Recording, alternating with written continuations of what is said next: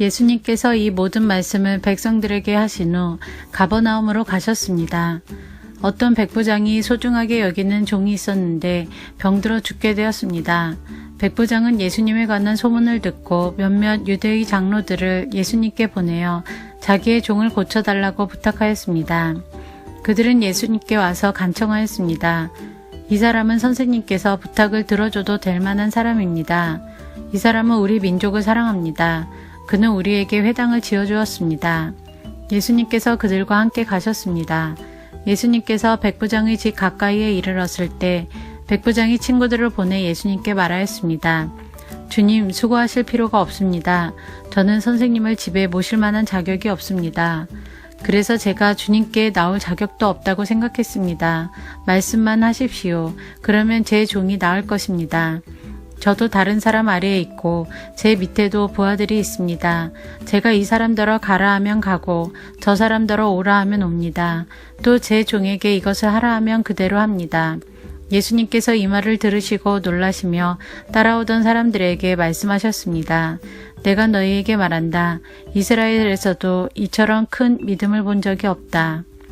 백부장이 보냈던 사람들이 집으로 돌아가 보니 그 종이 나아 있었습니다. 조금 뒤에 예수님께서 나인이라는 마을로 가셨습니다.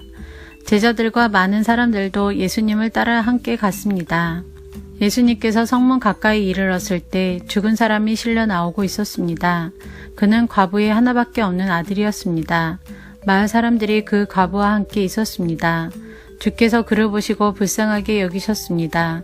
예수님께서 아이의 어머니에게 말씀하셨습니다. 울지 마라. 그리고 관에 손을 대시니 관을 메고 가던 사람들이 걸음을 멈추었습니다. 예수님께서 말씀하셨습니다. 소년아, 내가 네게 말한다. 일어나라. 그러자 죽었던 사람이 일어나 앉아서 말하기 시작하였습니다. 예수님께서 그를 어머니에게 보냈습니다. 사람들 모두가 두려움에 휩싸였습니다. 사람들은 하나님께 영광을 돌렸습니다. 위대한 예언자가 우리 가운데 나타났다. 하나님께서 당신의 백성들을 돌보아 주셨다. 예수님에 대한 이 이야기는 온 유대와 그 근방에 두루 퍼져 나갔습니다. 요한의 제자들이 이 모든 소식을 요한에게 알렸습니다. 요한은 제자 가운데 두 사람을 불렀습니다. 그리고 주님께 그들을 보내어 선생님이 오실 그분이십니까? 아니면 우리가 다른 사람을 기다려야 합니까? 라고 물어보게 하였습니다. 그 사람들이 예수님께 와서 말했습니다. 세례자 요한이 우리들에게 선생님을 뵙고 여쭈어보라고 하였습니다. 선생님이 오실 그분이십니까? 아니면 우리가 다른 사람을 기다려야 합니까? 그때 예수님께서 질병과 고통과 악한 영에 시달리는 많은 사람들을 고쳐주셨습니다. 또 보지 못하는 사람들도 볼 수 있게 하셨습니다. 예수님께서 요한의 제자들에게 말씀하셨습니다. 가서 요한에게 너희들이 보고 들은 것을 알려라. 보지 못하는 사람이 보고 다리를 저는 사람이 걷고 문둥병 환자가 깨끗해지며 듣지 못하는 사람이 듣고 죽었던 자가 살아나며 가난한 사람들에게 복음이 전파된다고 하여라. 나를 의심하지 않는 사람은 복이 있다. 요한의 심부름을 왔던 사람들이 떠나가자 예수님께서 사람들에게 요한에 대해 말했습니다. 너희는 무엇을 보려고 광야에 나갔느냐? 바람에 흔들리는 갈대냐? 아니면 무엇을 보러 나갔느냐? 화려한 옷을 입은 사람이냐? 멋지고 호사스러운 옷을 입고 호화롭게 사는 사람은 궁전에 있다. 그러면 너희는 무엇을 보려고 나갔느냐? 예언자냐? 그렇다. 내가 너희에게 말한다. 예언자보다 더 위대한 사람이다. 이 사람은 성경에 기록된 자이다. 보아라, 내가 내 앞에 사자를 보낸다. 그가 내 길을 너보다 앞서 준비할 것이다. 내가 너희에게 말한다. 여자에게서 태어난 사람 중에 요한보다 더 위대한 사람이 없다. 그러나 하나님 나라에서는 가장 작은 자가 요한보다 더 위대하다. 이 말씀을 들은 모든 사람들과 세리들은 요한의 세례를 받고 하나님은 의로우시다고 여겼습니다. 그러나 바리새파 사람들과 율법학자들은 자신들을 향한 하나님의 계획을 거절하고 요한에게 세례를 받지 않았습니다. 이 세대의 사람들을 무엇에 비교할 수 있겠느냐? 그들은 무엇과 같은가? 이들은 시장에 앉아 서로 부르며 우리가 너희를 위해 피리를 불어도 너희가 춤추지 않았다. 우리가 울어도 너희가 울지 않았다. 라고 말하는 아이들과 같다. 세례자 요한이 와서 빵도 먹지 않고 포도주도 마시지 않았다. 그러자 너희들은 저 사람은 귀신이 들렸다 라고 말한다. 인자가 와서 먹고 마셨다. 그러자 너희들은 봐, 저 사람은 먹보요 술꾼이며 세리와 죄인의 친구로구나 라고 말한다. 그러나 지혜는 그것을 따르는 자들에 의해서 옳다는 것이 증명된다. 어떤 바리새파 사람이 예수님께 함께 식사를 하자고 권하였습니다. 그래서 예수님께서 그 바리새파 사람의 집에 가셔서 식사 자리에 앉으셨습니다.